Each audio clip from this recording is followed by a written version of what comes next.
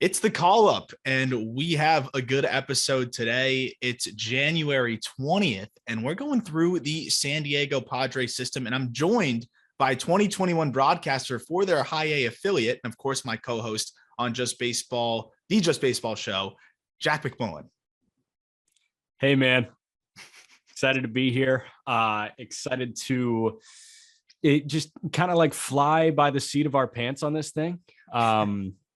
I like it. I'm looking forward to it. So, another top 10 list. We've been churning about one a week out, going kind of in congruence with the schedule on justbaseball.com and the Just Baseball show. And it's Padres week, the Just Baseball show, where you guys were making trades, wheeling and dealing. I was not included in the GM episode this week, but I did put extra time into just fleshing out these prospects because you know what? I'll be honest, I was not that amped about writing up this Padres system. But the more I did it, this always happens. I'm not that excited about it. And then I dive into it and I'm like, this guy's kind of interesting and this guy's kind of interesting. And I end up enjoying the back end a little bit. But there's a few occasions where I feel like I'm forcing it a little bit. There's some guys that you saw plenty of in High A with Fort Wayne that I'm excited to talk to you about. And then, of course, we're going to talk about the blue chippers at the top too. Where at the top, they're as good as anybody, but it just drops off pretty quickly. And then we have the mysterious case of Mackenzie Gore, which neither of us are going to pretend we know fully what's going on. But I did watch full starts, basically. By full starts, I mean like every pitch. And then, of course, it just skips ahead. I'm not watching the other team pitch, but I watched the condensed version, I guess, and picked up some really interesting things from Gore start to start that I think will be some interesting talking points. But I mean, there's one guy that we have to start with, right, Jack? And I mean, I felt bad that you were gypped of seeing this guy because he skipped High A. We were hoping that he wouldn't skip High A, but CJ Abrams made the jump straight to double. So you did not get to see him, if I'm not mistaken, right? You didn't get any CJ Abrams. I didn't get any CJ Abrams, which stunk. But the good news is I'm a prospect fiend, just like you, not to the severity that you are, but I still severity. Interesting choice of word. Yeah, I'd call it a severe, would I call it a prospect addiction? I'm not sure. But yeah, I mean, definitely not to the severity or intensity that you are, but I love my prospects. And I hope to be on the call up a little bit more than just as a former Padres farmhand broadcaster here. But yeah, I mean, it's a fascinating system because I just mentioned this on the Just Baseball show too. I've never seen somebody decimate something like AJ Preller decimated the Padres farm. It's Dave Dombrowski-esque. It was kind of ridiculous. Like you look at some of the hauls that he sent away. You can go back to 2019 where Franmil Reyes is out the door in like a 5-team deal. It felt like, and I think this was the fun thing. There are more. So Fort Wayne was for a long time the low A affiliate of the Padres. Now they're the high A affiliate of the Padres. There were more Fort Wayne Tin Caps alums playing in the bigs for the Cleveland Guardians last year than the San Diego Padres. That's a crazy fact. It's crazy. And then there's a ton of Mariners too, like Ty France being one of them. Like the Padres have just shipped off a ton of guys. And when Joey Cantillo comes up for Cleveland or when Xavier Edwards comes up for Tampa Bay, AJ Preller is going to be sitting there like, I had that guy in my system and I let them walk for Blake Snell and a year of Mike Clevenger. Like that's what AJ Preller does. So we're looking at a system that is not what it once was, still has some good pieces, but is a shell of itself.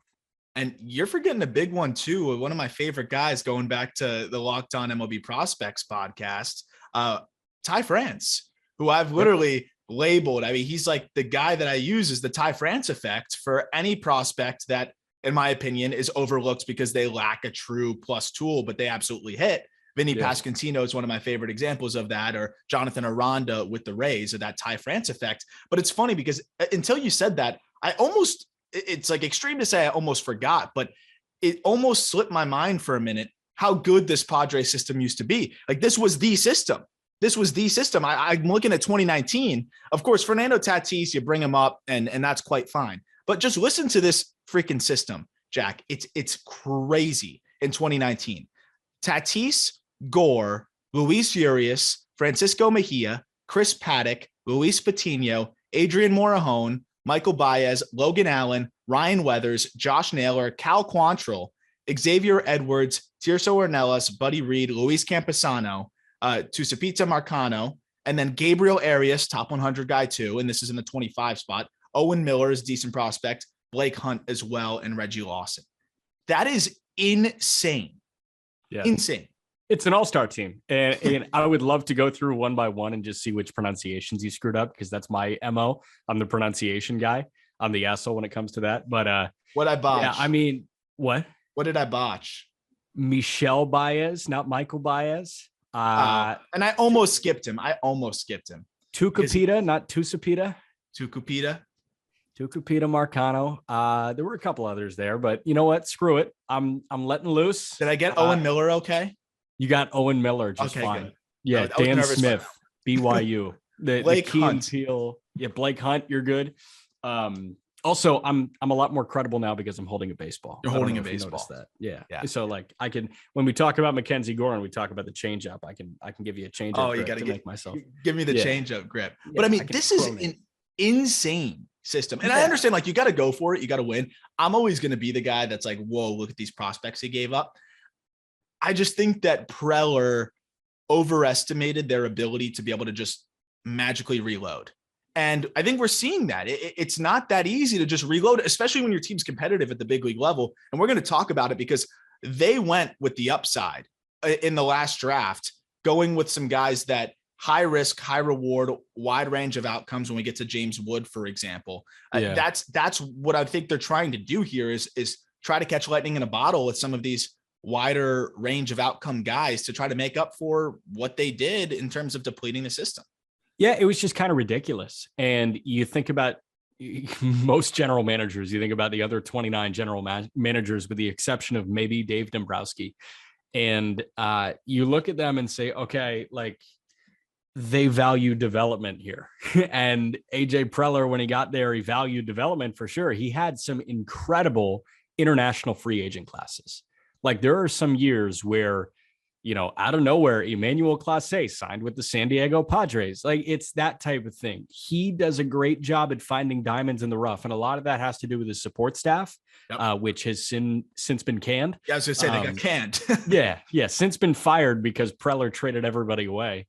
But, you know, he has had this like change in philosophy where he went from we're going to stockpile the shit out of the farm to we're going to burn the farm down and try and win in the next 5 years.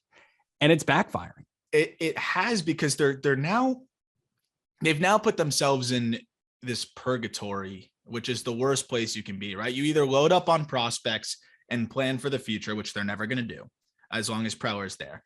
And they shouldn't do that, right? Like they're too talented at the big league level. But the way I look at it is each prospect, and not to dehumanize them, but each prospect is an asset. And you have a finite amount of assets, and you need to use those assets to acquire, you put them together and you acquire a bigger asset.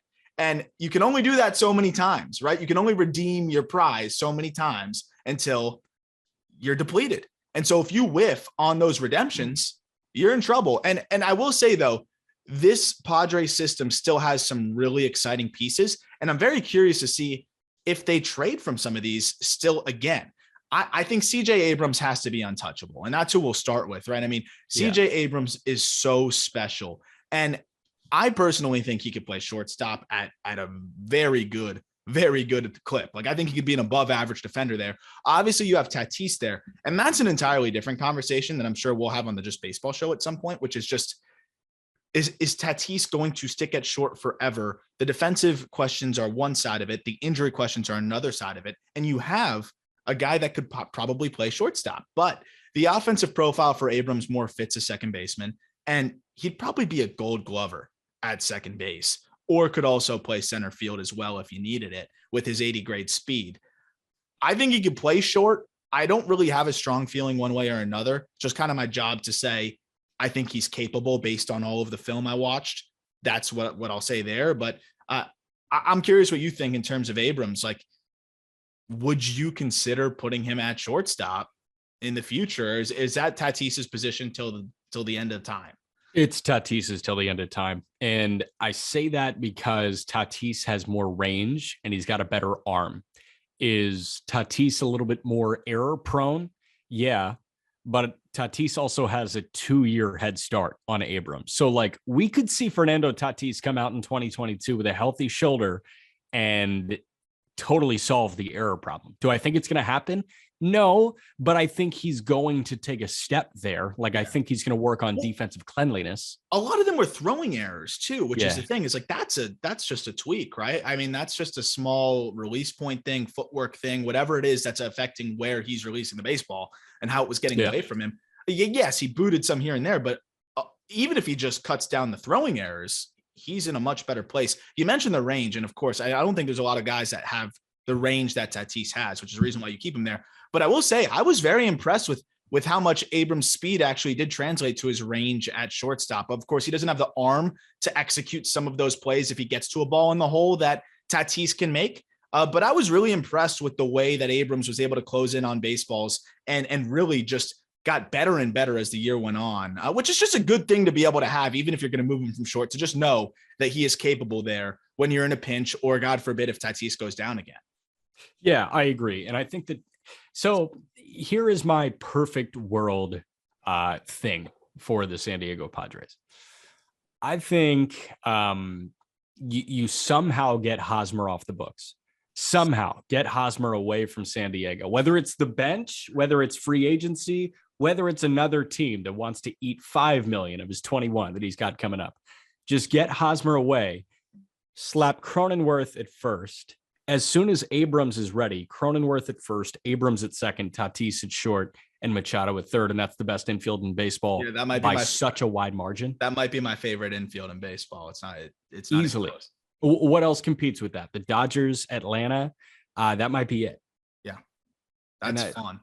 It's fun. So I think Abrams fits really well at second base. I think Cronenworth is a good first baseman. He's a fine second baseman, but I actually think he's better defensively at first. And Tatis, here's my hot take for you. I think within 3 years, we're talking about Tatis like best defensive shortstop in baseball. Like, I think he's going to make that type of correction because he doesn't have much to work on at the plate, and he doesn't have much to work on athletically. I think he's okay at the plate. He's fine, and he's fine athletically. He's fine stealing bases, all that. If he can stay healthy, where he needs to improve is defensively. And if you only have to focus on taking ground balls and just let everything else like kind of function the way that you've been functioning, that's a quick change for somebody as athletically gifted as him. Absolutely. And you know, the one thing with Tatis is even if he's not making a ton of contact, when he does make contact, the quality is phenomenal, right? And that leads me into something with Abrams, right? Abrams is a hit tool guy. I have a 70 on his hit tool, which, you know, there's only less than a handful of guys in the minor leagues that fit that mold.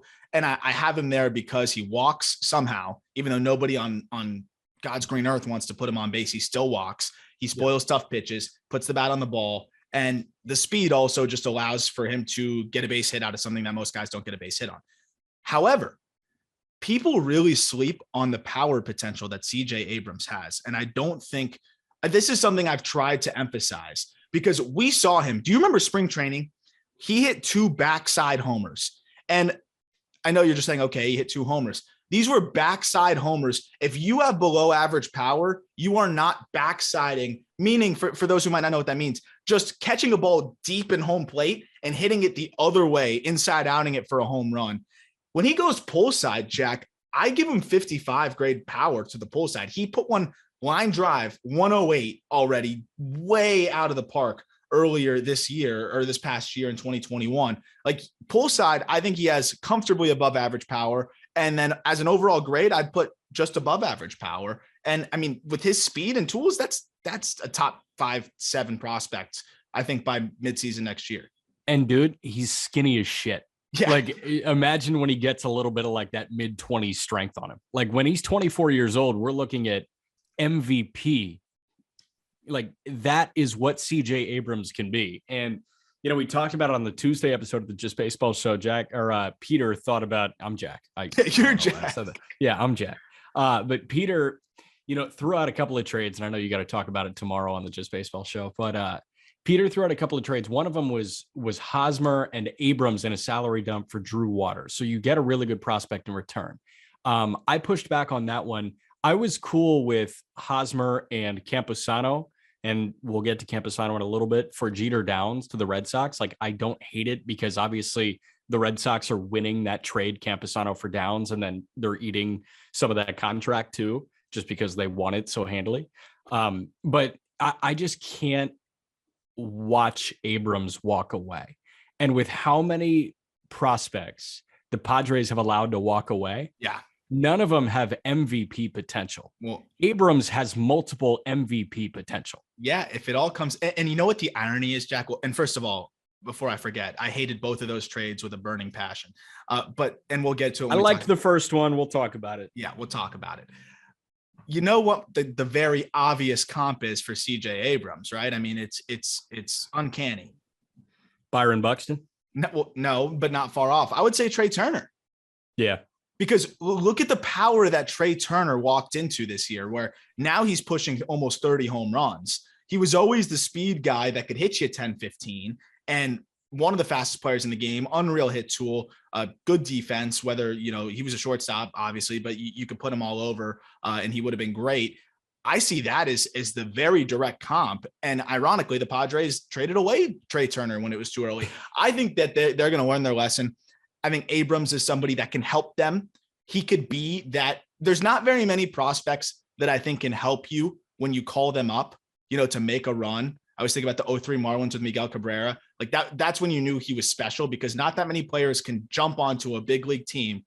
Xander Bogaerts in 2013. There's not that many players that can do that and help you get better right away. Abrams fits that mold because even if he's not raking, he's going to play good defense. He's going to give you top of the line speed, and he's going to put the bat on the ball. So you're still going to get a guy that's going to help you this year at the big league level. If you deem the bat nowhere ready, he's going to come up in the postseason and he's going to be the best pinch runner in baseball history. Yeah, literally, he'll be insane. And I still think that he's got, if you put him up right now, I think he would hold his own offensively. I really think he could survive offensively. I don't think he'd hit the doubles and gappers that you'd want to see, but he'd put the bat on the ball and he'd beat out a lot of base hits. And he's not going to start at the big league level. It's not going to happen. No. If he comes up, I could see him coming up in July or August. Mm-hmm. I think if he got an entire year of AA under his belt this past year, then there was a chance he could break camp, but he broke his leg. Yeah. He wasn't healthy. He only played 42 games this past year. So with Abrams, you have to be okay letting him get back into an offensive groove to open 2022, whether that is at the complex during this lockout or hopefully with El Paso or San Antonio at the AA, AAA level, and then get him up when he's ready, but he's not going to be ready off the jump. No, totally not. And I think it'll be sometime in the middle of the season. But this is a guy that clear number one in the system, will be a top 10 prospect in the Just Baseball 2022 update, which should be coming relatively soon. Baseball America just put out their list, and I'm excited to talk to Jeff Ponce about that next week to talk about some of the rankings there. And he's a awesome dude. I had him on the other podcast quite a bit, and that's going to be a lot of fun to ask him some questions there. But Abrams, clear number one, and that leads me to number two. And by the way, you can catch all of these write-ups. It's linked in the description, and they're all over at justbaseball.com with the full article with all the scouting grades and write-ups. But Robert Hassell really boosted his prospect value, I think, when we see what he did after the 2020 draft. And you look at, you remember people talking about Hassell versus the kid Zach Veen even, but that was clear, okay, Veen's the guy. But there was Hassell versus Hendrick, right? Which guy should you take? And people were like, well, we don't know how much power Hassell's going to hit for, but he's got the hit tool. Hendrick's got a ton of power, but doesn't have the hit tool. I think you see that betting on the guys that have the hit tool with power projection always seems to be the better move. And Hassell's exactly that guy. I love the hit tool. The numbers across both levels. Of course, he struggled a little bit when he got to you in Fort Wayne, but as normally expected as a 19-year-old, 20-year-old fresh out of the draft, you combine the two levels. He still hit 302, 393, 470, 11 home runs, 48 extra base hits, 130 WRC plus, 19% K rate, 13% walk rate. I mean, this was a spectacular year. There's no way around it. And you got to see a good amount of Hassell at the end of the year. I did. I really like him. I really like the hit tool. I think it plays. There were some at bats where he was a 19-year-old in high A. Yep. And he was just outclassed. When he saw a quality starter, I mean, he saw Great Lakes. I want to say he saw Bobby Miller for an at bat. And I think Bobby just threw 98 by him 3 times. Yeah. Like there were, I saw both ends of the spectrum with Robert Hassell. I mean, I saw Hassell go 0 for 4 with 4 punch outs. And then I also saw him have a 3-homer game. So like you've got both swings of the pendulum right there. He's somewhere in between, obviously. Yeah. I think he's like 20 to 25 bombs when you have a fully fleshed out Robert Hassell. I also think with a fully fleshed out Robert Hassell, the K rate goes down. Mm-hmm. He was playing beyond his years in high A. I mean, you look at a 19-year-old in low A, and this guy had a 139 WRC plus. I mean, he was 323 with a 415 OBP. He was one of the best hitters in low A West. Granted, the ball is like it's on the moon there. It just goes 500 feet after it comes off of somebody's bat. But Hassell was playing incredibly well. And then he got to Fort Wayne where the average age of a pitcher is like 24 years old. And he was playing 5 years his senior. And he looked like he was playing 5 years his senior. So he's going to take a little bit more time. He's not a 2022 call-up. No. To be honest, I don't think he's a 2023 call-up. But I think he could break camp in 24.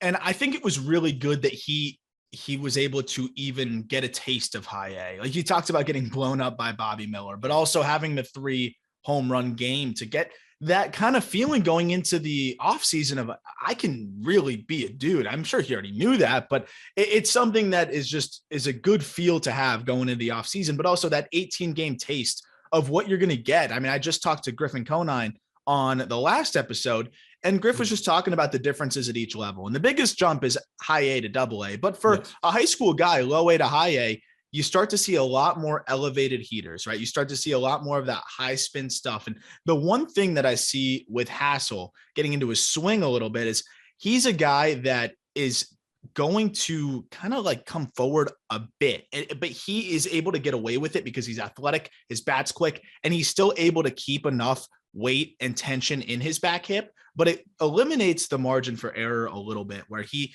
if he's a little bit out front, he's going to get blown up by velo. And I think he's got to find a way to iron out some of those kinks. He's got a little bit of that forward move that he got away with in low A. And high A, you start to see more 95 more frequently, and that seemed to be the struggle for him.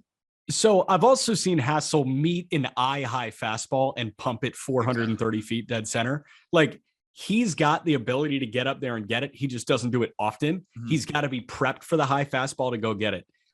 Don't kill me for this comp here, but watching a lot of high school, junior college, and minor league Bryce Harper. Yeah, no, you see some of the swing there. You see like how you shift back and then explode forward with every ounce of your being. That was the funny thing is it was in my mind because ironically I was going over Harper's swing with Griffin a little bit before we went live on StreamYard yesterday. And I was talking to him because a big focus for Griff is staying on his back hip. And that's something I always talk about with prospects. But if you look at Harper, it looks like he's launching forward. He is to a degree, but if you look at his back hip, he's still keeping the tension there and he's still really rotating off of it. And that's the amazing thing. And Hassell has that athleticism. Like what Griffin was explaining, he's like, I can't physically do that move. You have to be a freak athlete to do that move. Hassell is a phenomenal athlete and can do that move. Whereas even like a Barry Bonds, who was a great athlete, he realized it's easier for me to just swing off this back leg.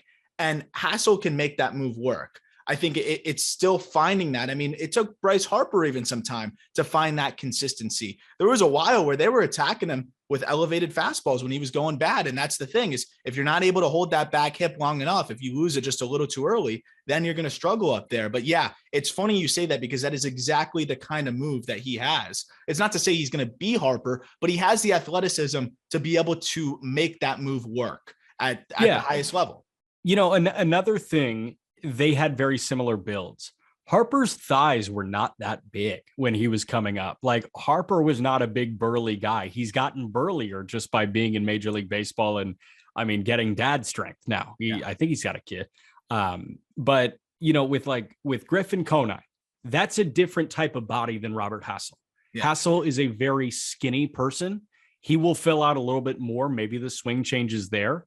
But when Harper was coming up as a skinny power hitter, he was throwing his body at the baseball. I mean, he was like trying to, you remember that speed skater exercise you do where you push off and you jump as far horizontally as you can? And you can't do that as a hitter. It's really, no, you can't unless you overcome that athletically. Yeah. And unless you really truly believe in your soul that throwing your body at the pitcher's mound is helping you hit the ball farther. Yeah. And that's what Hassell does. That's what Harper did. Yeah. And the craziest thing though is, I've seen Hassell with that move, you miss under the baseball and he was still hitting some balls out oppo. So, he's got the power. I gave him 55 raw. I think that there's a room for a little bit more. 60.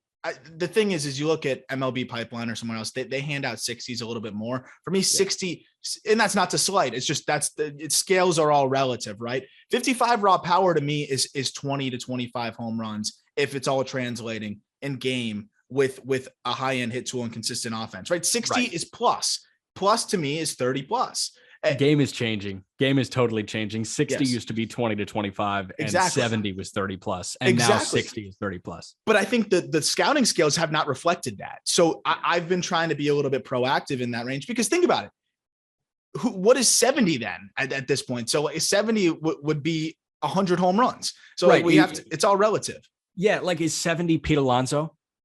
Pete Alonso should be an 80. Yeah, 75, 80. Yeah, he's pretty much right there. I mean, Stanton, 80. There's not that very many guys. The only prospect on our top 100 that is an 80 raw power guy is O'Neal Cruz. And a guy that's actually close to it is a guy that we're going to talk about in Joshua Mears, who actually is a 75. I was so close to 80, but 80 is you got to give it to one or two guys. Mears just isn't quite there, but he's pretty damn close. I saw Pipeline at Nico Cavadas at 80 power. Yeah. I didn't even know that. I didn't even.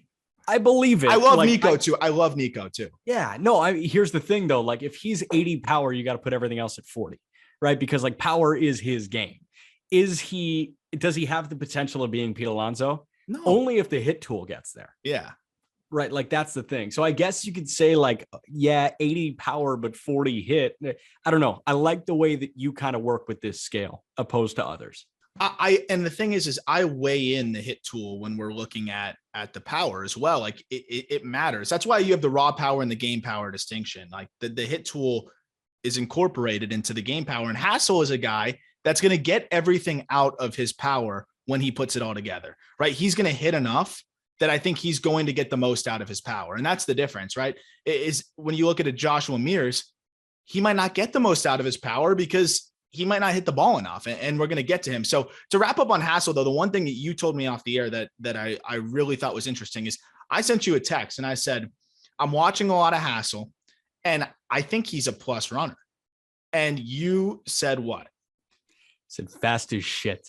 Yes, he's a plus runner, or at least pretty darn close. I put 60 with a slow down to 55. He's the type of guy that I think he's going to add some muscle, will probably slow down a tick. The reason why I bring this up is I think he can play center field. Yeah. Which enhances his profile so much. Left-handed hitting prospect that even if he's a 55 runner, can be an average defender in center field with some power. That also takes some pressure off of the power. 20 to 25 home runs, 280 hitter that gets on base at a 350 clip and plays an average defense to above average defense in center and can swipe 10 to 15 bags. Sign me up for those guys every day of the week. I mean, it's like Michael Brantley in center field. We talk about Tatis. We talk about Abrams. We talk about all these guys. The way that the windows are lining up, I think Robert Hassell is the center fielder of the future for the San Diego Padres, because when Hassell is ready, Trent Grisham's only going to have a year of control left. Probably. He's probably entering his third year of arbitration. If Hassell's early, maybe his second year of arbitration. So if you want to dump Grisham and get a good return, I think Trent Grisham is really good. I think he's really good. Well, don't forget, Grisham one of those guys could move to a corner. I mean, they're going to lose Myers. They're going to lose a lot of the other guys that play in the outfield there. So I think there might be room for both. I think so. And I think Trent Grisham, he's an amazing defensive center fielder. I think he's one of the best defensive center fielders in the game. And I think Trent Grisham has like all-star capabilities. I'm really high on Trent Grisham. I know he had a bad second half, but like the way that body kind of transforms, he's a thick cut guy. He's really athletic, but say he hurts a knee, right? If he can't move like he used to, if we're having that conversation in 2 years, 3 years, why not have the young buck in center and Hassell and move Grisham to right? And I love the idea of the flexibility of it too, right? Like you can move it around. Like you can put Grisham in center field sometimes. You can put Hassell in center field at times if you're in a pinch. Right now, I still think Grisham's that guy for a while.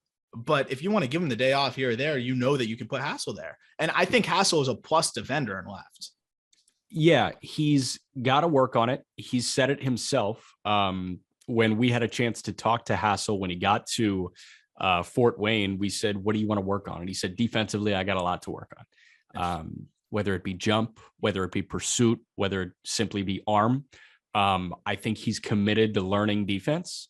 I think he's going to be a good defender. When these really good athletes commit to learning defense, it's flip over. Of a switch. It's over. It's just, it's some of these guys just don't really commit to it, but it's, especially in the outfield, it's really just about reads and quickness, right? And those are two things that you can't change top scale speed as much, but you can change quickness and explosiveness and time to your top speed and your reads as well. Jump veils speed. Like jump totally overshadows speed. Yeah, that was if you have a good jump. Yeah, if you have a good jump, you can be slow as shit and still get to a ball 110 feet away. 100%. And we see some guys do that really well, really well. So the next guy is an interesting one. And I think we have some differing, I guess, perspectives in terms of how much he might be a part of this team's future, because you think this might be a guy that Preller ends up shipping out if they're looking to make some moves. I don't disagree with that, but Luis Campusano is number 3 for me. I know some people draw some conclusions about what he did at the big league level last year.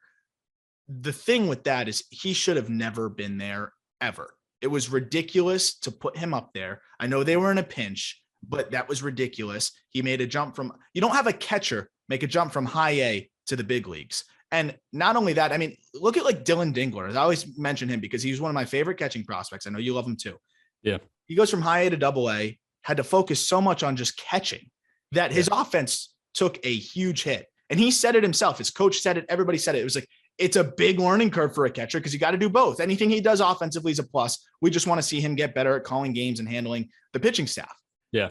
Imagine doing that from high A to freaking the big leagues, dude. It was unfair to Campusano, and he was set up for failure. He goes back to AAA, and he hit really well, man. He had a really good year in AAA. 295, 365, 541, 15 homers, 122 WRC plus, 20% K rate, which is where I think that's going to live for the most part. 8% walk rate, which is more than fine. Those are numbers that I think you're expecting on the high end at the big league level for Campusano if it all works out. And I think he's got legit plus raw power and a better field to hit than some people may think. Does it blow your mind how fucking mental baseball is sometimes? Yeah. Like I'm telling you, when he got to the bigs and he was catching, I mean, it was ridiculous. It was just like, you can't focus on hitting. And then when you go down to El Paso, the lights aren't on. The national media is not on you. Not like 100,000 people are not watching your game. You might have 1,000 eyes on your game. You might have 5,000 eyes on your game, but 5,000 is 20 times less than 100,000, which is where the average viewership on any given minute usually lies for local baseball telecasts. With Campusano, in a low-stress environment, he's really, really good. With Jared Kelenic, in a low-stress environment in 2021, he was really, really good. And then he got up, and the level got a little bit too big for him, so he went back down to Tacoma, and the level wasn't too big for him, and he was amazing. He was Jared Kelenic. With Campusano, when he's ready, he's going to be a really good big league catcher. He was just nowhere near ready, and it's totally unfair for somebody to write him off for what happened. I totally agree. And I think going back to AAA, getting that confidence, and now he looks like he could end up being a piece for them at some point early in the season. It depends on on Austin Nola, right? If Austin Nola's, that's another trade that the Padres made. They gave up a decent amount, and Nola just hasn't been healthy. Let's keep naming them, man. Let's go rapid fire. Yeah, just keep going. And I really like Campusano. There's questions on the makeup. I think those are pretty well documented across the, a lot of the different write-ups you see. I mean, I can't speak to that, but all I can speak to is that he's uber talented. You hope that he matures. There's some leaders in that clubhouse. I honestly, as wild as it sounds, I trust a Manny Machado to actually help reel this kid in. I think we kind of saw it with Tatis last year. I even trusted Tatis at this point. Like, this is a super talented team that I think could kind of help a kid like this develop both mentally and physically. And I think he's the catcher of the future. And they don't really have anybody else. There's no one behind him. There's no other catching prospects behind him. And they traded Mejia away. And that's why I think this is their guy moving forward. I really do. Yeah, I think so too. Having said that, I think you have three guys in front of him right now. I think when Campusano is ready, the position is his, aside from maybe Austin Nola, but who's to say Austin Nola can't play? I don't know. Who's to say he's going to play more than 40 games this year? Like, we have to see him stay healthy. So when Campusano is ready, and if Nola is not all systems go, it's Campusano's job. Having said that, your guy Jorge Alfaro and my guy Victor Caratini are there, so they can catch, and they're probably better big league catching options on opening day than Luis Campusano is. Now, if Campusano is raking in El Paso and he gets the call up, he's automatically a better option than Caratini and Alfaro. But off the jump, I actually think they feel zero urgency with him, which is a great thing, because they felt all sorts of urgency when they called him up the first time. I think the acquisition of Alfaro is a little bit telling that they want Campusano to have some more time down there. I think that's a good point. I also think Alfaro is not going to be that guy, but I think it was a good flyer for them. And I think they want to see how it looks for a couple months before maybe calling up Campusano. I think if Alfaro struggles, they'll call up Campusano. So I like the situation there. And yeah, there is no rush, but ultimately 2023 beyond, he's definitely that guy. This next guy at number 4 is a conversation in itself that could probably be an entire podcast alone. Mackenzie Gore. I mean, none other than what was the number 1 pitching prospect in baseball. Was, one of the more shoe-in type guys when it comes to what we would expect, right? That's like that he was a safe bet. He was high floor with Cy Young ceiling. Yes, correct. He was high floor, and then the floor fell out from under him. And it was an ugly year, man. I mean, the only thing that masks the overall numbers a little bit is the fact that he was really good at the complex site. If you take away the complex numbers, his numbers are brutal, especially in the command department. He had a different look at, I watched 5 different starts. I saw 4 different windups and releases. Yeah. I'm okay with that because he obviously had to tinker and figure things out. But here's the problem, Jack, is that he was a guy that really was able to ride his 4 above average pitches and great command. Now you change what you have going on here with your release point, with your mechanics. And at that point, you're going to have different release points. You're going to have different feel for your offerings. And that's a problem because then he lost the feel for the changeup. Like the new mechanics helped him find the fastball a bit more, but then he lost the feel for the changeup. He started to feel the slider more, but he lost the feel for the curveball. It's all different. All of your body parts that you're trying to time up are different every time you tweak your mechanics. And he had 4 pitches to worry about that were all kind of interchangeably faltering, and he could never really get them all going at the same time. Think about this. He had a supreme 4-pitch mix at the age of 17. Yep. Like, all were polished pitches at 17 years old. When you make a mechanical change, you got to figure it out. If you have 4 pitches, you got to figure it out with 4 pitches. Like, it's not like you just change and then the fastball is usually the first to come back to you because that's what you change. That's what you practice with the mechanical change. But when you figure out the fastball, okay, now let's figure out the curveball. Okay, now let's figure out the slider. Okay, now let's figure out the changeup. That's 4 iterations. And if you saw 4 different deliveries and 5 different starts, That is, count them up, I think 16 changes that he had to make there. Yeah. Yeah. That's a That challenge. is, well, it's not fair. No. It's a challenge, but it's an unfair challenge. Like, what are you doing trying to adjust somebody mid-season? Not many people try to adjust mid-season. I understand if you're at rock bottom, you got to figure it out.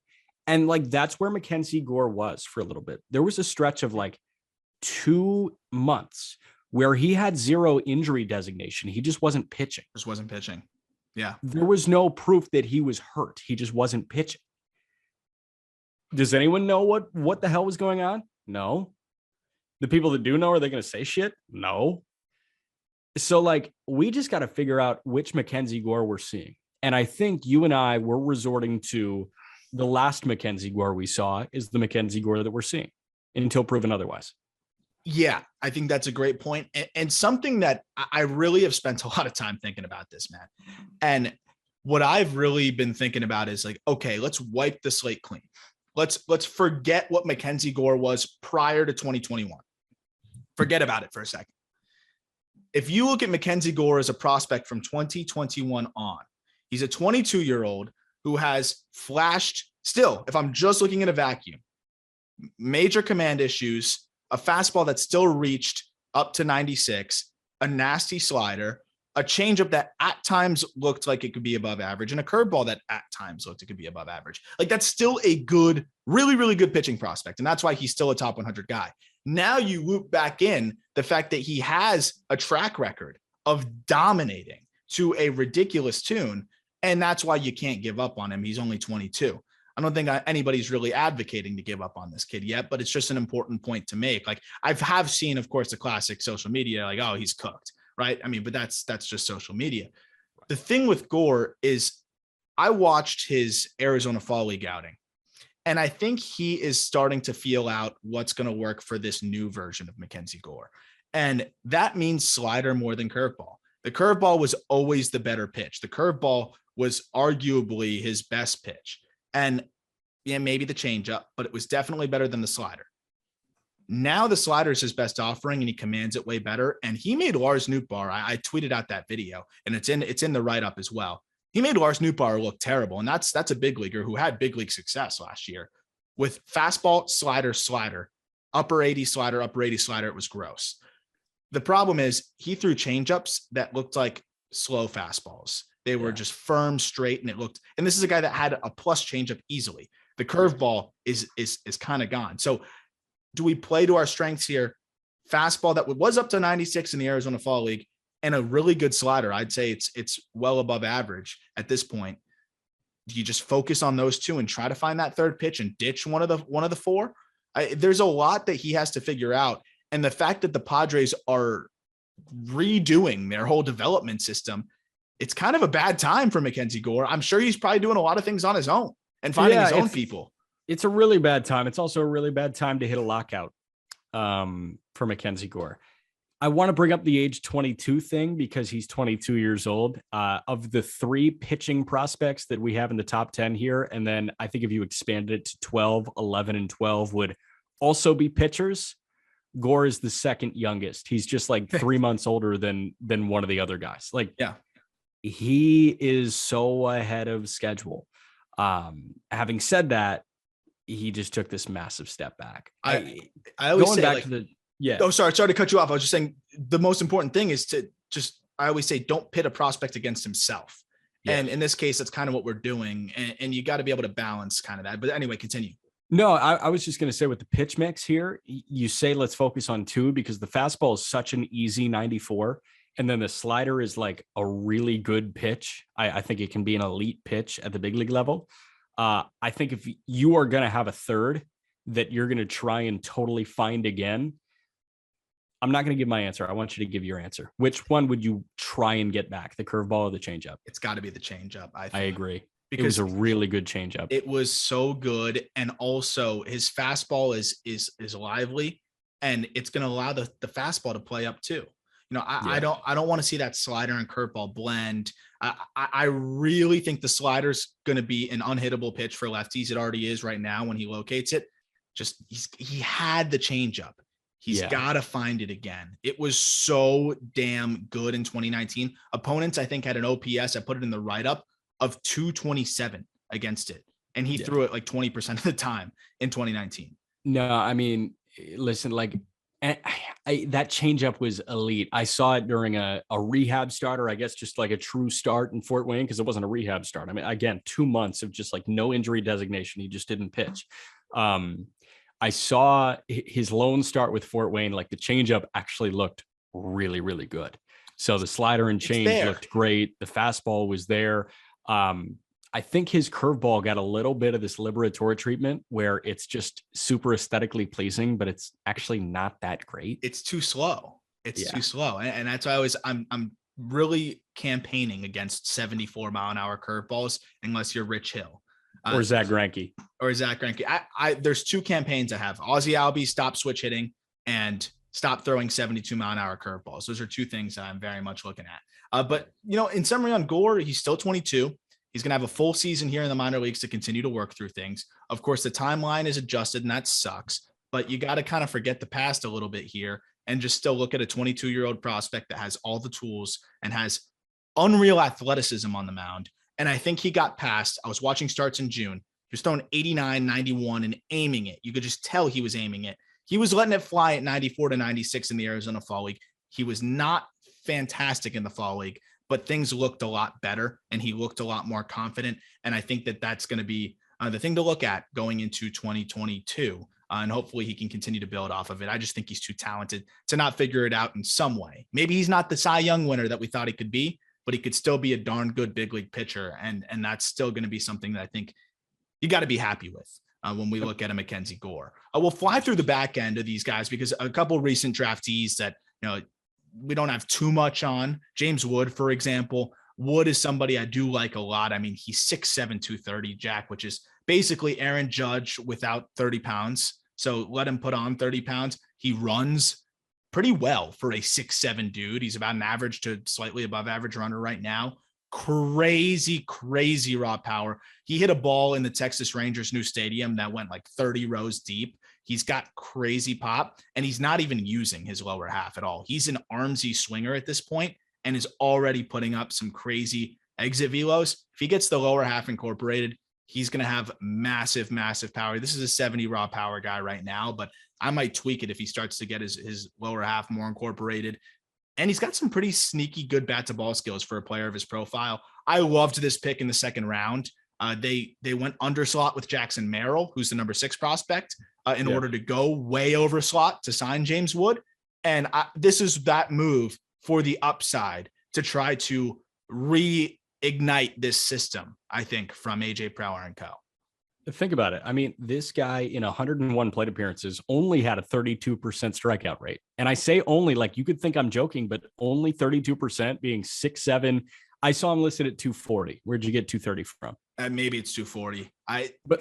Regardless. Yeah, a thick 6'7". I mean, this guy, he is it's the Judge factor, but it's also like the Bruno Caballo factor, the Brazilian Kevin Durant, who was 2 years away from being 2 years away. Like, you're just selling me on upside, and it's amazing. Shout out Fran Fraschilla for the Brazilian Kevin Durant thing. That Bruno Caballo draft night thing when Caballo got drafted was a top 5 moment.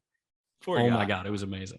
But yeah, like Wood he is the definition of a lottery ticket. Like when you look at him walk in the room, it's like, oh, you're a superstar athlete. Yeah, there's a chance he could be that. I also want to shout out Northwestern women's basketball because his sister Sydney Wood plays for the Wildcats. And then Veronica Burton, his mom, right? His mom was a basketball player. His dad was a professional in Europe. He was a basketball player as well. But I do want to shout out one of Sydney Wood's teammates at Northwestern, Veronica Burton, maybe the best defensive basketball player in women's college basketball. Ooh, okay. And also sister of Kayla Burton, who was, when we were juniors at Syracuse, was a grad student. She now works at NFL Network. Kayla, really cool person, and her sister is killing it. So needed to get that shout out. Talented family on both sides, the Woods and your friends there. I mean, yeah, a small world, right? Is it crazy how you can like kind of play that like Wikipedia game where you can like connect everything around? But James Wood's mother, and I'm sorry, I don't have her name in front of me. she's the all-time leading scorer, I believe, for Washington. Yeah. No, So I mean, like, that's a basketball family, and Wood all of a sudden turned to baseball. Name is Paula Wood, and then Kenneth Wood was the basketball star. And he hooped before moving down. He's a Maryland guy. He was a cold weather kid too. That's a thing too. It's not like he was playing high-end competition all the time. Made the jump down to IMG Academy, where then he played a lot of high-end competition. Late emergent pop-up prospect after he made that move to focus on baseball. And I agree, only 32% carry, because this is a guy that went from cold weather after a year or two in high school and then straight to pro ball. And I thought really held his own. I watched a lot of those ABs and prospects worldwide. Thank you. They do a great job of just getting every player that's those guys are ever amazing. and every small league recent draftees, and they've got everything on YouTube. And I was able to watch a lot of those ABs, and I thought he was really comfortable up there for the most part for a guy that's 6'7". I think that the profile, like you said, is extremely high risk, but I think his athleticism and his bat to ball skills hedge the risk a little bit relative to his profile. That's something I was pointing out. Yeah. I mean, I think in 2026, people are going to be wearing James Wood jerseys. I totally could see it, man. And like, the athleticism is what's huge. Aaron Judge doesn't swing and miss a lot because he's so athletic and can do things with his body that most 6'7" dudes can't do. I think Wood could enter that territory in terms of that mobility, athleticism, and just ability to just move and maneuver that guys that size usually can't do. I agree.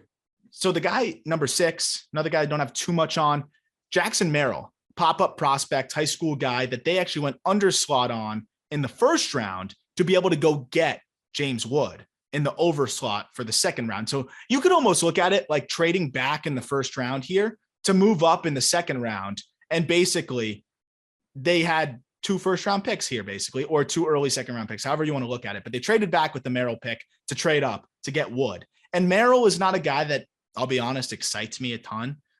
Not to slight him in any way. I mean, he was a guy that was just another pop-up prospect that started to boost his stock as you know, it got closer to the draft. Great feel to hit, good bat to ball skills, balanced tools across the board. Nothing really jumps off the page.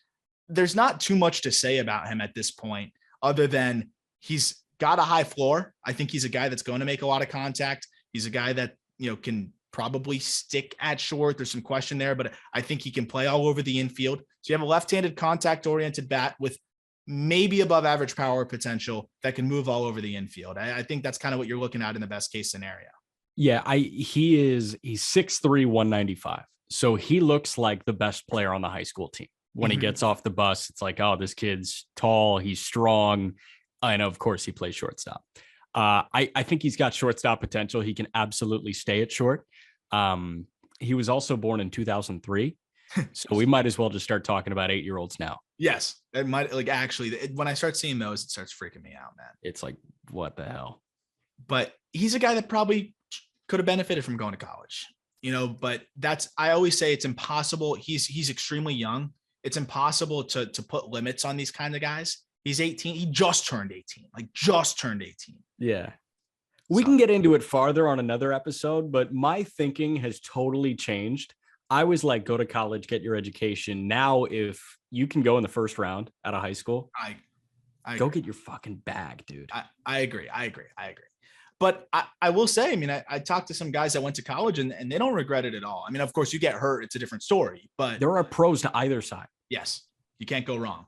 But now this is a guy that I really like. This guy you didn't get to see too much of, but I mean, you did some digging after I sent you some video. He's super funky. Robert Gasser, left-handed pitching prospect, number 7 overall. And I really like this guy. They got him in I believe it was a Comp B pick, 71st overall in this 2021 draft, exact slot value bonus. Another late emerger who really made a name for himself after going out for out with Ty Madden and shutting out Texas in 7 innings for Houston. And he had a phenomenal year. Saw an uptick in his velo. He's funky from the left side. He's got a nasty slider. He's shown a good feel for a changeup. We're looking at a funky lefty with 3 pitches that he commands pretty well, and saw a recent uptick in velo. This is a great profile, Jack. Yeah, I saw on Pipeline he was sitting high 80s and then he got up to topping at 96, like, and that's a 1 year change. Yep. That's an 8 mile an hour change in 1 year. That's Dumb. crazy. It's dumb. What I was focused on with the videos that you were sending me was the delivery, because the delivery is a lot like a guy that we're about to talk about. But it's just harder. Like it's 96. And he does a great, like, he's going to be one of the great tunnelers, I think, when he cracks into the bigs, because you sent me some footage of a fastball, a slider, and a changeup. And you sent these without saying the pitch type. And, naturally watching a ton of baseball like we do, like you can pick up pitch types. And I sat there and I kept scrolling back and forth between the fastball and the changeup. And I was like, this is the same pitch until it's like 10 feet away from the hitter. And then it's not the same pitch. I call it the slingshot, right? Like somebody, and I always go to this guy because he just does it so well. But Trevor Rogers, right? Trevor Rogers never had that great of a changeup in the minors, but really developed it to be pretty decent. His fastball developed even more. And I really still think that his changeup movement profile isn't that insane, but because it's so hard to differentiate from the fastball, he slingshots his arm from the left side, hides the ball so well that you don't know which it is until it's too late. And that's the other thing, is for guys to have that kind of success with the changeup, you've got to have that fastball that plays well up in the zone, that four-seamer type. And that's what Gasser has. So it's from that low 3/4, it takes off, and then you have the changeup that dips down. And then he's got a slider, man, that if you're a left-handed hitter, it looks like it's coming at your front hip. It looks like it's coming at your front hip. And I gave it a 55 present, 60 future grade. The changeup, he doesn't command it enough to get, a plus grade yet, but I think it could potentially be plus. I think it's more above average. But the fact that both of those pitches, the fastball and the changeup, are going to play off of each other so well, I think both of those pitches are going to play up a lot. I think this guy can be a solid number 3 if it all works out, if he continues to tap into everything, with the fallback of, probably a really nasty bullpen arm. You make my eyes light up whenever you drop a number for a starting pitcher, because I'm going to overshoot it. I think 3 is fair. I was going to say, like, he's got 2 stuff, but he doesn't have 2 stuff. He's got 3 stuff. I always overshoot it by 1.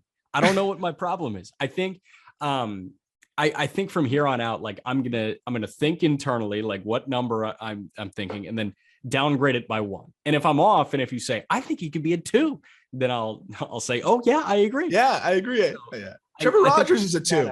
Yeah, like from here on out, I've got to register in my mind that I think he's a 2, and then when the words come out, I got to say he's a 3.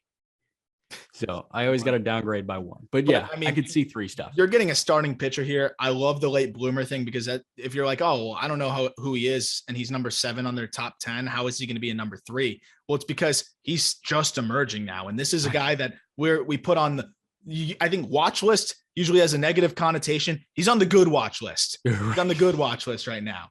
Not the one for bringing bad stuff on a plane. Yeah, airports. He's not on that watch list. Okay. We got 3 guys left real quick, and then we'll do like a couple quick honorable mentions. Joshua Mears, we teased him a little bit earlier. He's 20 years old. He's hit the ball already 117 miles per hour for a home run. I've never seen like such, actually I have. Sam Huff is similar to the effortless, massive power. I like it. It's just Josh Mears also swings and misses a lot. 40%, 39% K rate in low A. But this was his first real season in full season ball. And he was a high school guy that also, and there's a trend here, another pop-up prospect. What are you giving his power grade? 75 raw power. Future game power of 65. Yeah. He's built like a linebacker. He's one of the strongest dudes that I've seen on tape.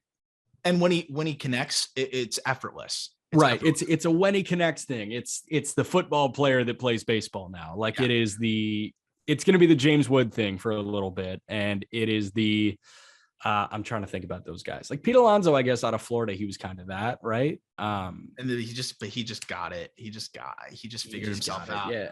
I'm thinking of guys that just swung and missed all the time in minor league baseball, but when they connected, it was like, oh my God, that thing went to the moon. I mean, even everyone always goes to like Joey Gallo, right? And I mean, like that was a guy that struck out so freaking much in the minors, like so much. And Mears, he played a lot of games in center field last year, which is funny. He's probably not going to stick there, but he's an above average runner right now, which is nuts.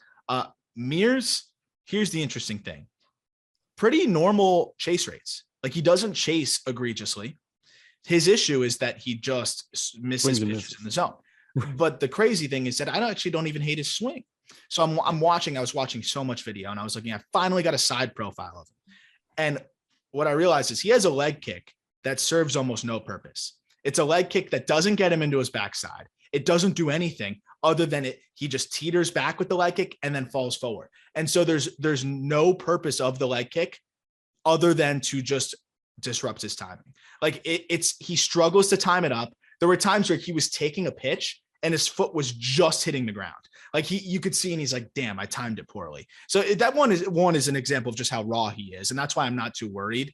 I actually think that this is a guy that is not your traditional swing and miss guy either. Honestly, I think that there's a little bit more hope for him. The other thing is after he got into the leg kick, when he'd shift the weight very briefly to the backside, he would push up. He would launch up off of that backside.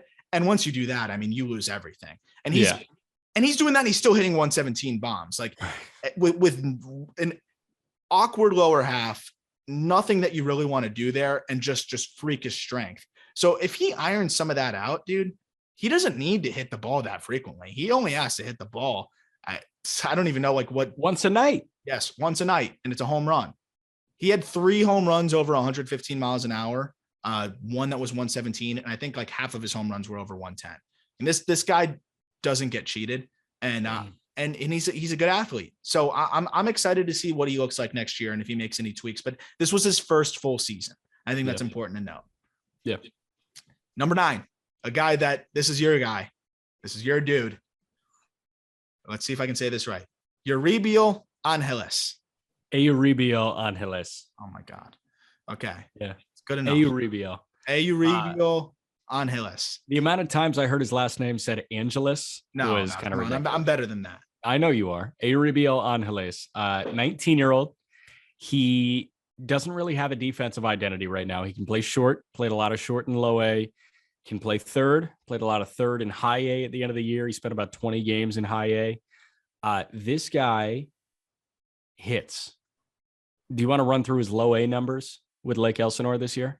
Yeah, I mean, the guy just makes so much contact. I was looking at his swing because he's somebody that you were very adamant about. You know, like just give me one spot on this top 10. You got to put my guy Angeles on here. And I actually watched him, and I totally agree. I mean, this is an above average hit tool, but you look at the numbers in low A.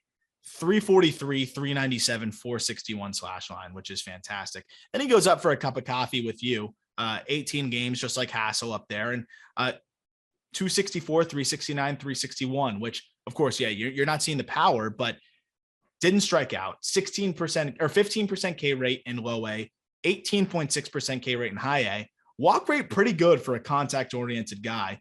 Overall, good numbers. I mean, the question's of course going to be, what kind of power is he going to hit for? Don't need him to hit for power. 10, 15 home runs. It's really about the doubles, right? Can he split the gaps? He hit 22 doubles. And that's a big reason why we saw the WRC plus where it was and the slugging percentage above where it was. If he can be a doubles guy that makes a ton of contact, I mean, the zone contact is phenomenal. The bat lives in the zone. It's a line drive driven swing, which is kind of against the teaching nowadays, but I want him to be that guy because I don't want him trying to launch. He's going to fly out every time, right? This is a guy that needs to be going gap to gap. He knows himself as a hitter, and that's why he reminds me of Donovan Solano. Ooh, okay. I can see it. I think that this is an expendable piece for the Padres. I think that this is a piece where, they're kind of trapped in the infield. Like, if they go with our model and go with Tatis at short, Abrams at second, Machado at third, like you have no space for Angeles when he's ready. I think this is a guy that can get you a big leaguer in return. And the Padres might be kicking themselves that they let him walk, because at the very best, Angeles could hit 330 at some point. Like that's the ceiling, 330. And steal some bags. And steal some bags. And hit and play all over the diamond. And hit 30 doubles, hit 30 to 35 doubles. Like that is this guy. That's this guy. He's only 19 too, which is a really important distinction. You know, if he was 21, we're talking about this, it'd be a different profile, but to do what he did in low A and then even in high A at 19 years old is really impressive.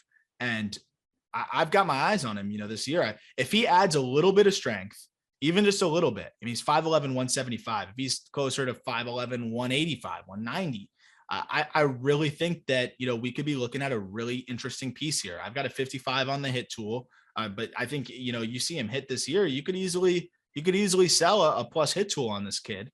And I mean, that's enough there to plus hit tool, defensive versatility, above average speed. You know, sign me up for those guys. You can't have enough of those guys. And I agree. I think, you know, one team that does have a lot of those guys is the Padres. So they could look to deal him. But this is a good piece for them to have and a good guy to have in your system. 100%. So this is our last guy in the top 10. And then we're going to do a couple quick honorable mentions. Probably the only guy that is ranked on a team top 10 that doesn't throw 90. Ethan Elliott. Ethan Elliott throws 87 to 89. And I feel like people instantly are just like, oh, 87 to 89. Yes, I agree. It's weird. And there's a lot to sort out with this guy. He's 24. But you know what? The numbers between the two levels were good, Jack. 70 and 2/3 innings, 3.06 ERA, 1.10 whip. And this is between high A and double A. 30.3% K rate, 6.6% walk rate. The command is great.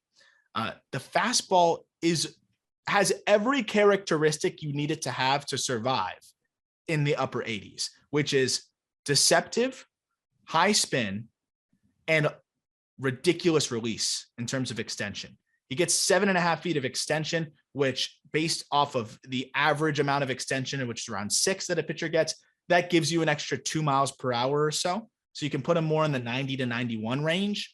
And then he's a high spin guy, so it plays up a little bit more there too. Fastball is able to be masked enough. The slider is good.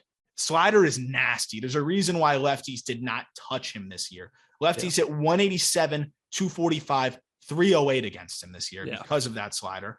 And the changeup, he would lose it arm side, but when he was locating it, a more than good enough pitch to righties. Okay, so I was fine with him losing his changeup arm side because against lefties, it was formulaic. Against lefties, it was high fastball, and then it was slider.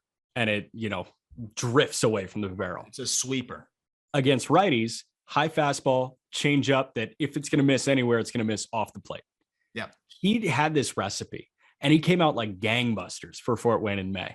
Again, cold weather, but 5 starts with Fort Wayne in the month of May. This guy, in 24 and 2/3 innings, allowed just 11 hits, 38 Ks, 6 walks. That's a .69 whip and a 131 batting average against.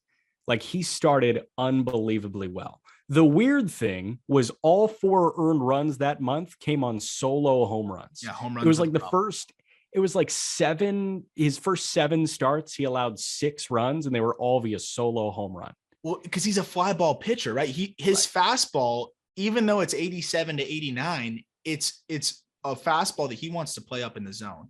The other thing that I actually like that I saw from him is that the slider, he would backdoor righties with it. Like, he's so comfortable with it. So that's another look that he gets with righties.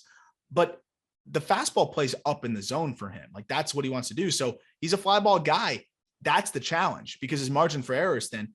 I have a question for you. Is Fort Wayne a bandbox? No. So listen to this. 4.38 ERA, and this is identical amount of innings. 4.38 ERA in Fort Wayne, 1.6 ERA on the road. Huh. He might have just been catching the weird days. Fort Wayne was not a bandbox. I believe you. 9 of 13 home runs came in Fort Wayne. How weird is that?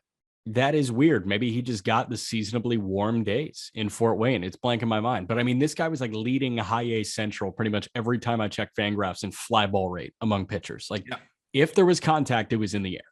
Yeah. But there wasn't much contact. He was striking out a shit ton of guys. Like, the way that he gets spin, the way that he extends down the mound, and the way that fastball just rises. I mean, if he gets up to 92, if he's 90 to 92 with the fastball, that's a major league start. Oh, 100%. We're seeing the Nestor Cortezes, the Ranger Suarezes of the world with that similar fastball profile. He's just got to see it tick up a little bit. And I think He's- we're seeing guys. I mean, go talk to your boy. Go talk to your boy, Robert Gasser. Because Robert Gasser saw 10 miles an hour, basically. Like, go talk to him. You only need like Cressy? 2. Is it Bodie? Go find out something. I don't know. But that slider, worst case, out of the bullpen. And if he's 92, 94, because he's going in a 1-inning spurt, or even 90, 92 in a 1-inning spurt with that slider, he could be pretty good out of the bullpen. So that's an interesting guy. But speaking out of the bullpen, guy you love because you're a college baseball, college sports junkie, Kevin Kopps. Yes. 47% whiff rate on his cutter in college baseball. I pulled that just for you before this over on Synergy. He's gross. He will probably be in the bullpen like this year, and they just drafted him this year out of Arkansas in 2020. He's a big league reliever by the end of the year. This year, he's a big league setup guy by opening day of 2023. Which is pretty awesome. Like, I loved that pick because the Padres are in win now mode, and they scoop somebody up that can literally help them win now. Another guy that they scooped up, a little honorable mention that I really, really like, that I also think is going to help them in this big league season. And it's funny because they did that little like undo on the Adam Frazier trade. They regretted that one quite instantly. Another kind of dumb trade. But they got this guy named Ray Kerr. And Ray Kerr is up to 100 from the left side. And he is gross, Jack. He's 6'3", 185. He's 27 years old, but he's still a prospect. He's not pitching the big leagues. 100 miles an hour on the fastball with crazy life and a wipeout slider that just, it's like a sweeper that is gross as well. Opponents had an OPS of 211 against that pitch last year. The fastball blew guys up. Mark my words. If you're a fantasy player, pick this guy up. I'm serious. If you're in a deep league, pick this guy up. He's going to be a back end bullpen guy. Ray Kerr is another guy in this system. I know there's one other guy you want to mention that you really like. I'm going to guess. We know who it is. I know who it is. You know that I know who it is. Who do you want to mention real quick and pass it? Yeah, well, I've got 2. One guy that you don't know who I'm going to talk about is Agustin Ruiz. Ruiz ticked up in power big time. He had 0 power before 2021. And then all of a sudden he's blasting bombs left and right to all fields. I mean, it's left, it's right, it's center. From the left side, big outfielder, getting better defensively. Tirso Ornelas, one of my favorite guys to interact with. He is also one of the best doubles hitters in minor league baseball right now. The swings, screams, line drives to all fields. He's got power. He's built like a freak. He's a physical specimen. He's a big league outfielder. How successful in the big leagues, I don't know, but he's a big league outfielder. I was going to say he screams high-end fourth outfielder for me, which is great. I mean, if you're getting that in the back end of your, outside of your top 10, that's great because those kind of guys end up falling into 300-400 at bats in certain years and end up getting some run. And I mean, that's kind of what I see there is, and maybe even a platoon guy if he continues to develop. But I like a high-end fourth outfielder is a good outcome. And there's always a little bit room for more. I like Ornelas and I like his swing and really balanced approach at the plate as well. That's probably it. That's all we got, right? I mean, this is a system that's not fantastic, but it's worth talking about. We got to talk about all of them. And you know what? It's getting better. It's getting better. And it'll probably get worse again soon. Right. That's the Preller special. Yeah. Here's the thing about the Padres system. There are systems that are exceptionally thin right now. Like the White Sox are just thin. The Rockies are just thin. Like with the Padres, I think with the Cubs too, you got to do some digging, but there's some stuff there. There's some stuff to get excited about here and there. So you've got the blue chippers at the top, obviously. And we talked about the Fantastic Four with them, with Abrams, Hassell, Gore, and Campusano. It's a lot like the Cubs when you've got Brennan Davis sitting at the top. But when you get into the 5 to 10 range, even, 11 to 15, you're like, okay, like, is there stuff here? And then you do some digging. It's like, you know what? I can get behind a couple of these guys. So this Padres system, it's not deep, but it's got some excitement. There's a lot weighing on the development of Wood and Merrill. Yes. And Mears. I'll say that. Yes. They need one of those guys to pan out. And, I think there's a chance that one of them really could. And if the thing is, if one of Wood or Mears pans out, you're looking at a superstar. So that's the exciting thing. So Jack, People are going to get used to you on this show, but Yeah. where can people find you? People can find me on the Twitter sphere at Jack_McMullen11. They can find me calling a lot of Ball State hoops. So shout out those fighting cards, chirp, chirp. And if you need your daily dose of Maction, come my way. Also come my way for baseball stuff. But yeah, Aram is constantly on the Just Baseball show with us and hope to be on the call up very soon. Absolutely. Looking forward to doing it again. Jack, thank you very much, my friend. Of course.